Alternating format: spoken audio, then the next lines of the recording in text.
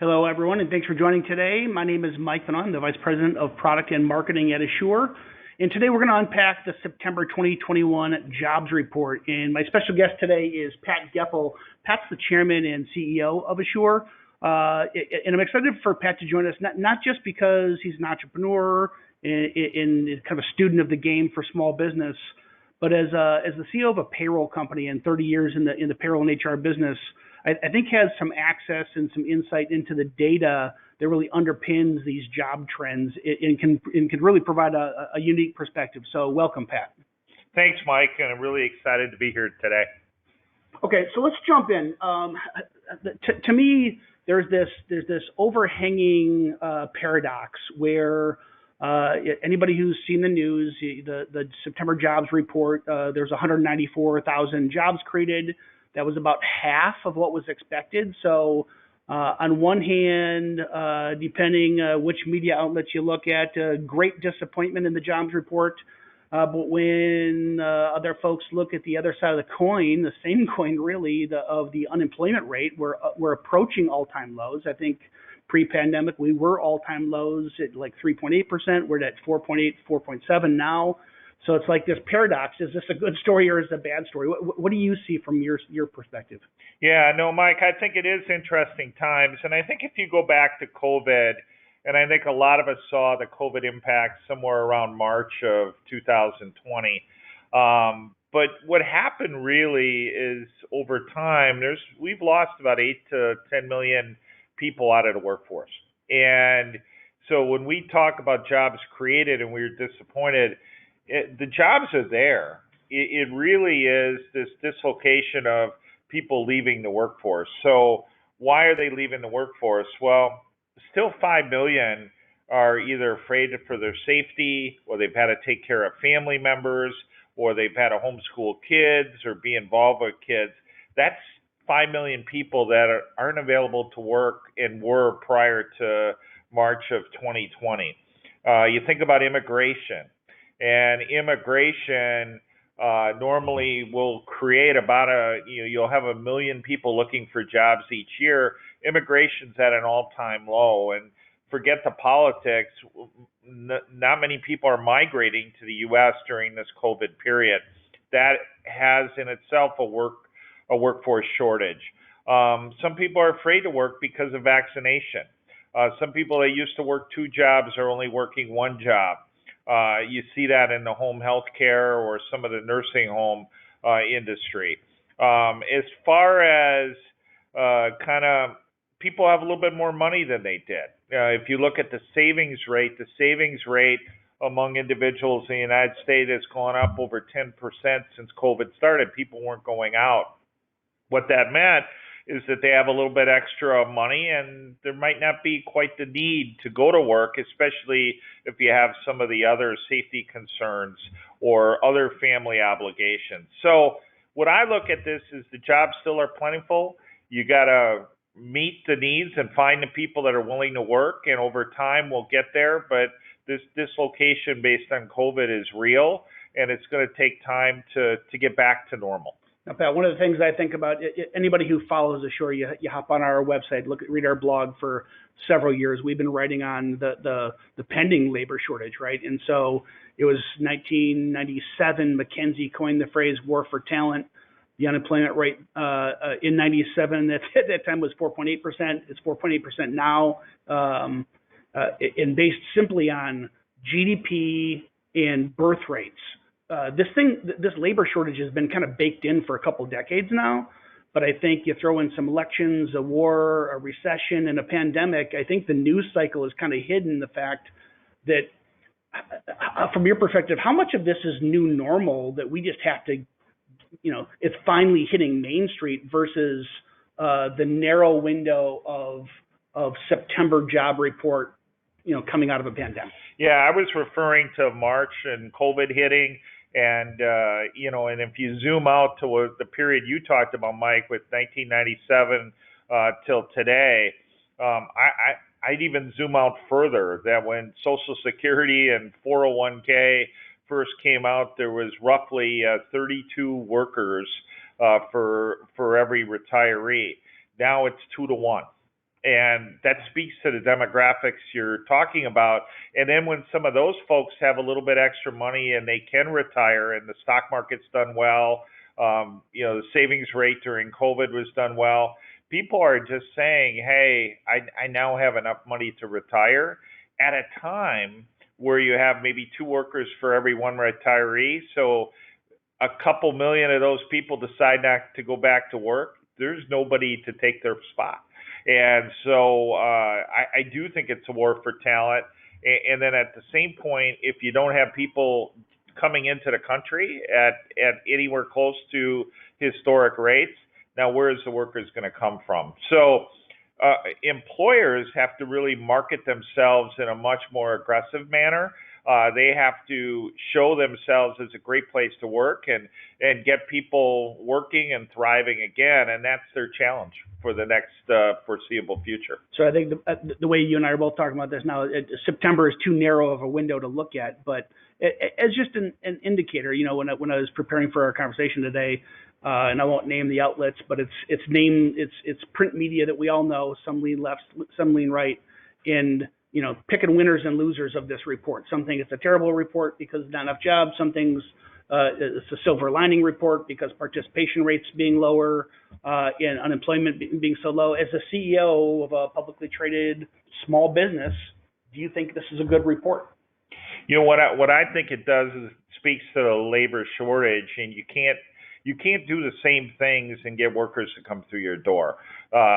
You're at a time where you really have to get people invested in your company, get people vested in the opportunity, show them a future and show them a way. It's not just hanging out a shingle in a window saying, we have a job.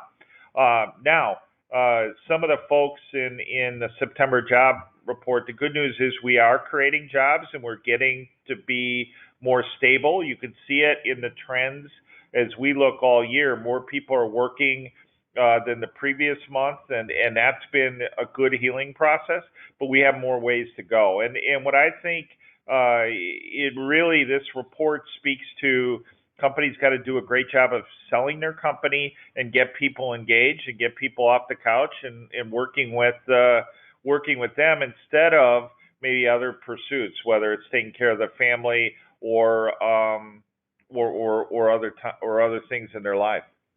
Yeah, and you know what? I think that is the important thing for us to focus on here is, there is a pandemic, there still is a Delta variant, jobs are being created, and if you back out I want to say, and I might be messing this up, it's over 100,000, might be 130, 170,000 negative jobs in government jobs, all of the non-farm jobs.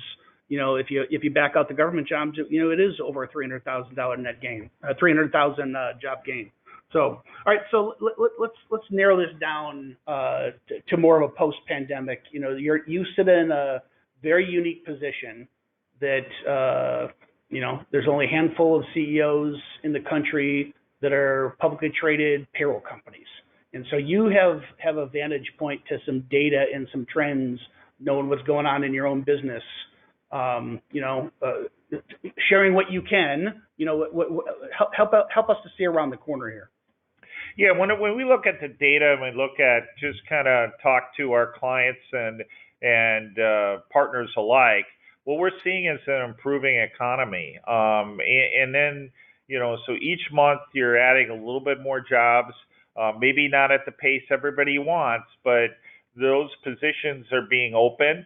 And then from an employer perspective, they could hire more. And you see that in overtime hours are at an all-time high relative to the last couple of years. And what that means is when they do have good people, they're working them more and more because they can't replace or get enough people in. So as far as jobs being created, it's really now around supply and demand. It's getting that supply of workers into the small business and into working. And that's where, people can't just hire a shingle. They got to really go out and talk to their neighbors and talk to, somebody that's cutting lawns and providing opportunities for people that, really want to work and are involved in the community and want to make something happen, but maybe they don't know how to, or maybe they've gotten kind of stuck in a rut. But the days are gone where you can put a newspaper ad and expect 50 people to walk through the door. You're going to have to kind of energize some people in working for you. But the leading indicators from where I sit, with overtime hours going up, with some wages, people, there are enough jobs. It's now get the people in the door to working again. And some of it will help over time with the vaccinations and people being safe. Some of it will be just, kind of a new normal. And once that new normal gets predictable, which it is, I think you'll see the pace of change steadily increase over the next year. Yeah, I mean, if you just simply Google the two words COVID cases, I mean, it's obvious what's happening, right? And whether there's more variants and there's more spikes down the road, we're obviously in a recovery mode. You mentioned new normal. What do you think's going to be the same and truly a return to normal versus, I think about an awful lot of these companies change their business model fundamentally, right? Some have sought out technology and think about productivity per head count in a different way. How much of a return to normal truly is going to be normal? Yeah, businesses and clients and employees and employers will all adjust, and you'll see, variance, no pun intended. But what you're going to see is restaurants, for example, might go to more self-service, or you might order more and then you pick up your own food and then eat at a table. You're going to see a digitization of the workforce, and you're already seeing that. So they'll have many strategies. Businesses will have many strategies of finding different ways to get good people, looking for different talent pools, enticing different hours in order for them to work. You're going to see digitization of the workforce and of the business in order to cut out some labor, and you're going to see that.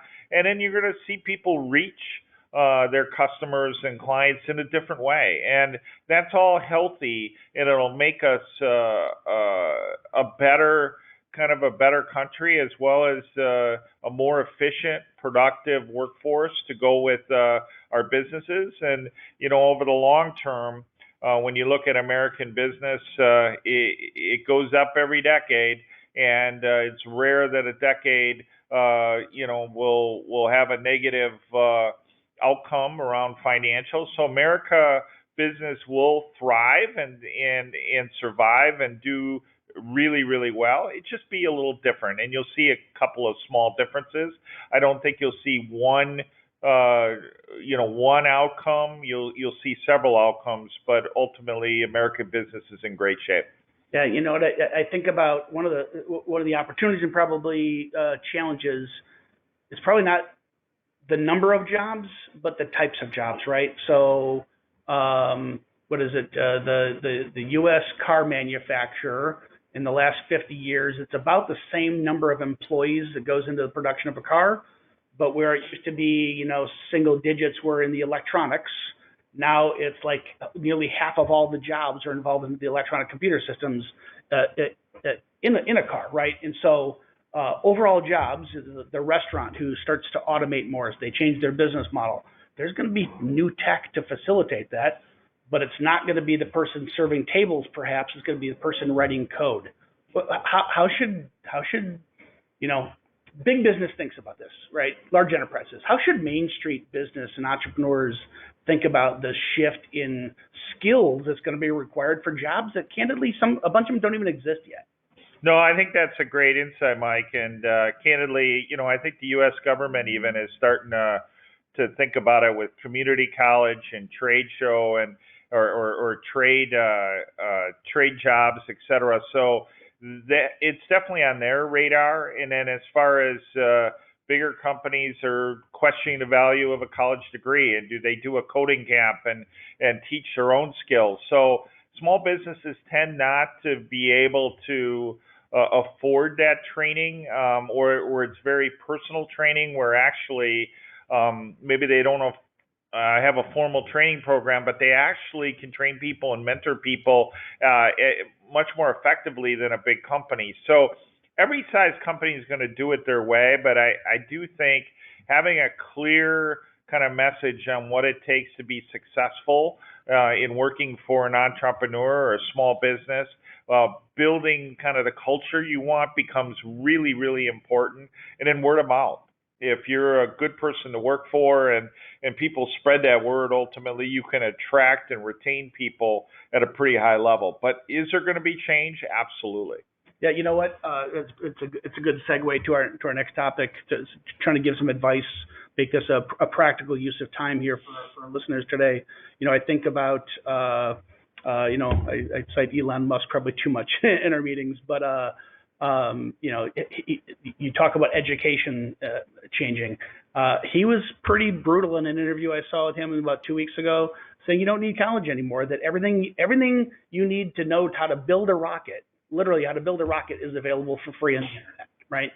And so I think the message there isn't tell your employees to go Google it, but more importantly, the resources are available to you as an entrepreneur to provide training and upskilling to your employees in ways that just never existed before. No, absolutely, and people need to take advantage of it. And being curious is always perhaps the number one important, but important quality in just doing anything in life and being successful. But what I would say is small businesses with the labor shortage, be open to your next employee in every meeting you meet, whether it's at church or whether it's at a restaurant or whether it's going for a walk in the neighborhood. Make a list of all the people that you want to be either friends with or you think would be available to work for you or be open to those connections, because a lot of times people are looking for just that personal connection in order to work somewhere where they're going to spend a third of their life. Also, I think be flexible. If you hired one full-time employee, but maybe you hire two in the future, and then you open up your talent pool to either kids that are part-time in school or mothers or fathers that have small kids and might look for 4 hours out of the house as opposed to 8 hours at a house. So being flexible, being open to those connections, and then also understand that it's a short-term issue. There's a dislocation of skills and jobs, and people will return to normal over time. Answers do come over time, and know that you can build bridges in order to get to the other side. One of the things that I think about, so we talk a lot about like employee engagement, right? And offering flexibility and two part-time versus one full-time, part-time at your brick and mortar business, part-time virtually, and that flexibility helps to drive employee engagement. That's pretty well documented. But you touched on it. I'd like to go deeper. Is the talent pool? If you're currently recruiting, you're a brick and mortar business, but you have some ability to have flexible workers. If you're recruiting from a 60-minute commute, call it 10 miles, depending how urban you are. If all of a sudden you expand your search to the state or the tri-state region or the U.S. or anybody who speaks the language around the globe, your talent pool just grows exponentially. Yeah. Just some creative ways that entrepreneurs can tap into that. No, it's a very good point, Mike. I think just tapping into the global workforce wasn't a thought many people had in as little as before the pandemic, and now they're recognizing they can hire talent anywhere, and it's talent that there are people in different countries right now that would die to work for somebody in America and be successful with a living wage, and that living wage is perhaps a fraction of what we were paying somebody in America today. So that's available. As far as the war for talent, the war for talent in the United States are within 60 miles. If your 60 miles is within San Jose, but now you can have a coder, and that coder doesn't even need to speak the language anywhere in the world. Now there's 160 countries you can recruit from at a cost structure that's in most cases cheaper than San Jose. So I think the smart companies are trying to figure that out. They're getting connected.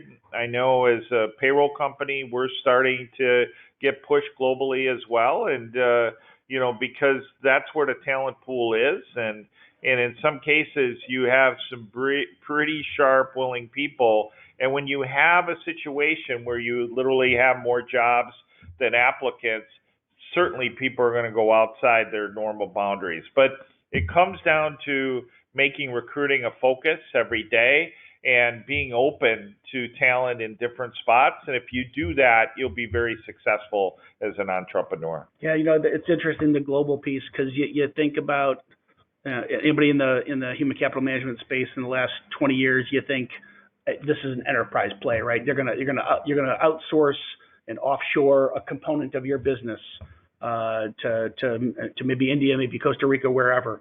But increasingly in this gig economy, you might be a small business with 10 employees. You might have one or two employees that are freelance on the other side of the globe, right?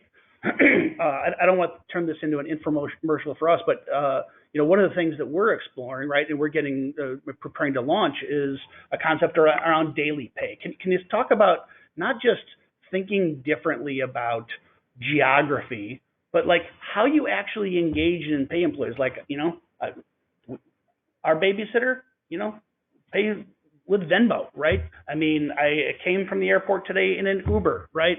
I mean, how we pay for things, these lines are kind of blurring between the olden days of either cash or check. And I think just the way in which we pay people, whether it's a 1099 or a W-2, is a game changer for entrepreneurs as well. Yeah, and I want to be paid in Bitcoin, so especially at going up at 60,000 a coin. So I do think you're going to see a lot of changes in this area, and if you think about whether it's ESPN or the internet, people want the highlight right now. They want to see it as it happens, and if you think about the traditional payment plan, you work for maybe 2 weeks. Maybe there's a lag, and then you get paid for those 2 weeks. But boy, what if you could get credit immediately? When your babysitter gets paid, right at the end of the shift. The same thing. The worker would love to be paid right away as well. So if they can get credit for the hours they worked and get paid right at that time instead of waiting 2 weeks, when you think about all the labor shortage and when you think about people that want to work but then want to get immediate reward, they have that opportunity. I think you're going to see more of that in the future. You're going to see those demands. I also think technology is changing so much. So in some cases, the U.S. banking system is perhaps a little bit behind. The NACHA or ACH rules that require 3 days of settlement or 2 days of settlement are breaking down, and now people are looking at it. How do we move faster? Europe and some other countries are getting to that kind of same day or next day banking kind of process, and debit cards and cash. Cash is, coins could be obsolete at some point in time here. So that's a much different world, and the changing landscape of pay. I think you're going to expect more ultimately of that Venmo experience.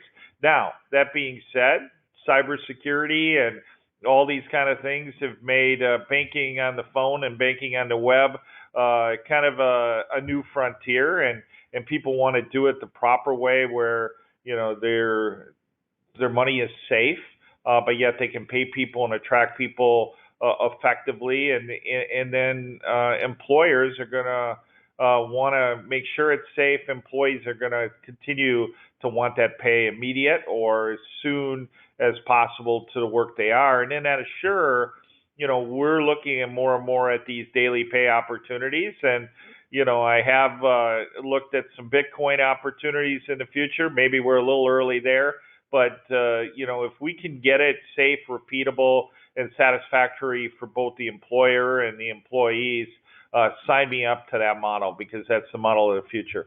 Yeah, I think what I would encourage entrepreneurs, the way to think about this is not necessarily employee demand, You might not have any of your employees currently asking, hey, I want to get my pay earlier, but if you are competing for the same employees, if you're a restaurant, you're competing for the same staff that the restaurant across the street is, right? And so if all things are equal and you can pay daily and they get the immediate gratification of working for you and the guy across the street doesn't, it is a competitive advantage for you, right? So as we talk to folks, there's a whole bunch of people that, see this as, I don't think that's necessarily for us.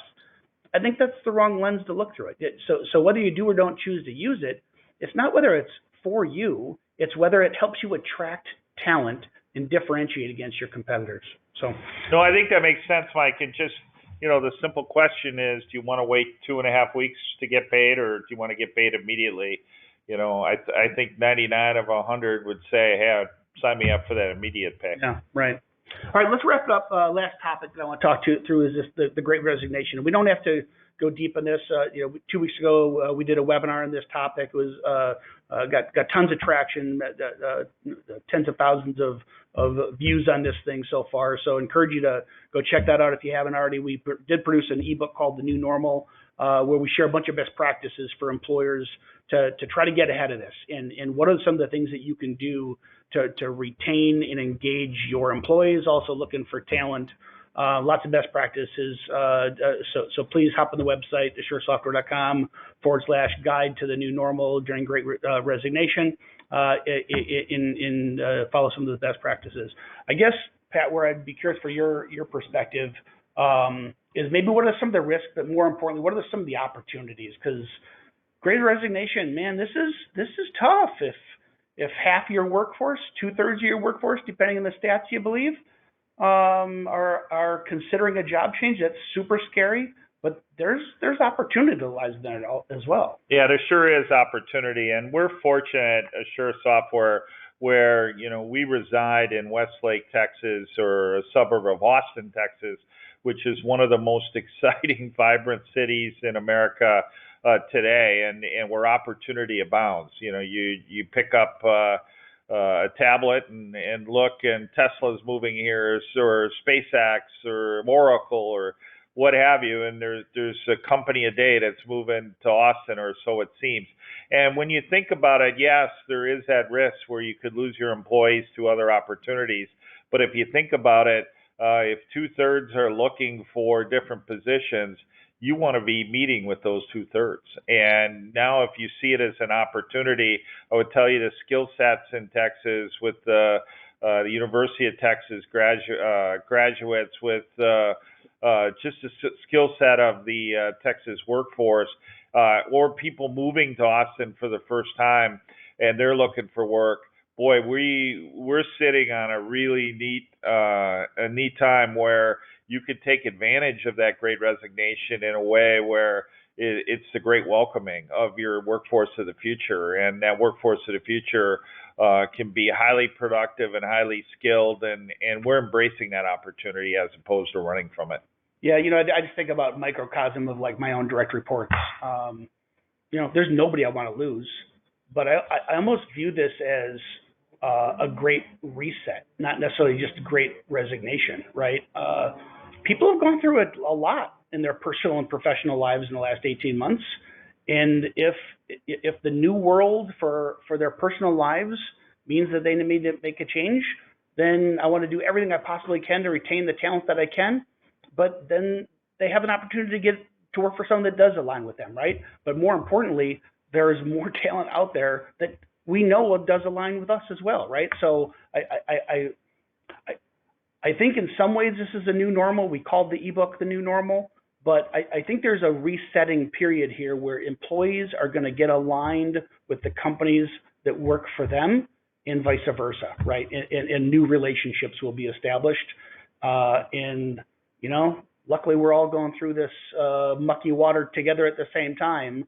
But to me, the message to entrepreneurs, small business owners, managers of mid-sized companies is don't only play defense here. Of course, you should retain your talent and should do everything you possibly can to retain your talent.